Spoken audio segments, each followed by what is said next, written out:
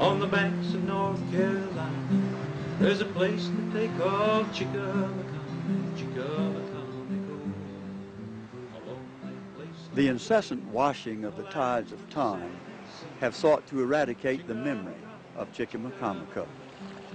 Chicamacomico, an important name and place in the history of North Carolina's Outer Banks.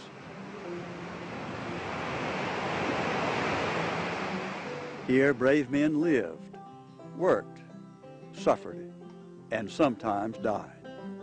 Men of the Life-Saving Service and Coast Guard bearing names like Gray, Pugh, O'Neill, Etheridge, and Midget. David Stick, author and historian, explains the reason for establishing Chicamacomico and other life-saving stations. And the basic reason is the geography. We have here this long series of barrier islands separated from the mainland by broad sounds and isolated, but with communities spread throughout. And there were so many shipwrecks in the area that the residents of the communities were so often called on to effect rescues without special qualifications that the federal government decided in the 1870s that the time had come to expand their life-saving service, already in service in New England and the Middle Atlantic states, and to expand that to the North Carolina coast. And that was the beginning of it. The centerpiece of the Outer Banks of North Carolina, of course, is Cape Hatteras. And one of the big problems that the early vessels had, the sailing vessels, was that they, when they got to Cape Hatteras, coming down the coast, they ran into two things that made it very difficult to get around the Cape. One was the Gulf Stream, which moves northward in a very steady pace, and which touches the outer reaches of Diamond Shoals at Cape Hatteras. The other was that the prevailing wind here is from the southwest. And there were many instances when sailing vessels coming down the coast would be unable to get around the Cape. Therefore, they would tack back and forth, often opposite the village of Kinnikeet. And old-time Kinnikeeters have told me of times when they could see as many as 150 sails, 150 vessels tacking back and forth there, waiting for the wind to change so that they could get around the Cape. Often, when the wind changed, it changed with a vengeance. And that's when so many of the shipwrecks occurred.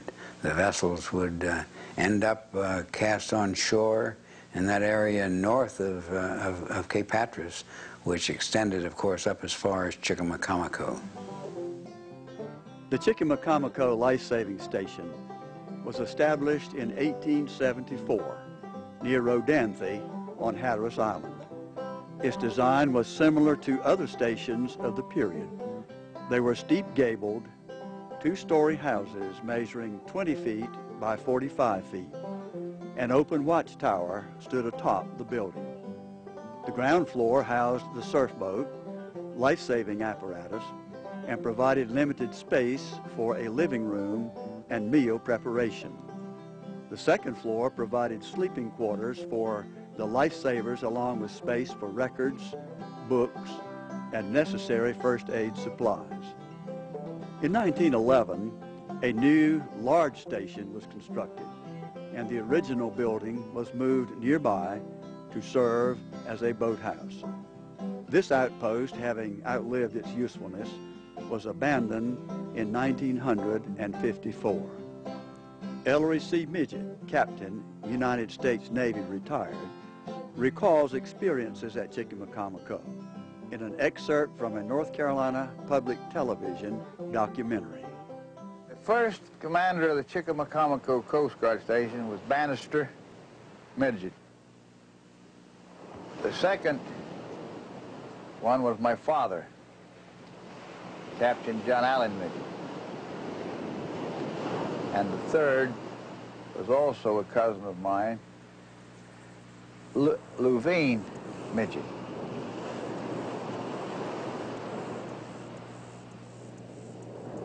I was born about a half a mile from the station, right on the sound side. And my father at that time was a surfman in the Chicamacomico Coast Guard station. As years went by, he was transferred from station to station, and he ended up being the keeper in charge of the Gull Shoal station. Of course, naturally, I liked all of the crew members because they were like a father to you in many, many ways. And I remember one in particular was Clarence Midget. He was one who went out in the boat. He used to teach me about boats. Go out in the boats and learn how to handle the sails. Later on, they had a motor boat. He taught me how to repair the engine, how to run the boat. To be able to serve as a surfman, you really had to have a lot of stamina, physical ability, because you had to walk a lot of distances through sand, and walking through sand is not like walking on a hard road. They have a pair of heavy boots, oilskins. You get this northeast wind blowing to the northeast. Sand cut you in the face. The spray from the ocean. And if you wasn't physically able, you'd fall to the wayside. I know because I went on some of these patrols sometime, followed the men along myself as a youngster, and I couldn't keep up with them. I'd have to run to keep up with them while they were walking, because they all seem to have long legs and take long steps.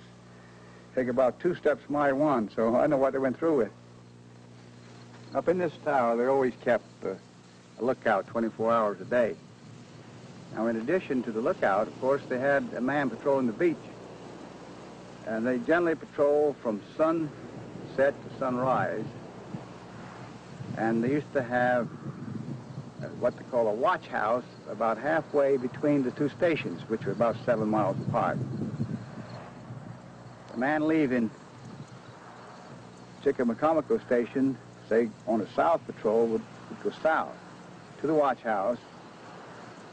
And a man leaving the Gull Shoal station, walking north, would meet at this particular watch house and exchange checks. They had to take those checks back to the station, and that by, naturally, they'd know that the man had covered that area. Otherwise, you wouldn't know. So there's no way to get away with it. You had to cover the area, regardless of the weather.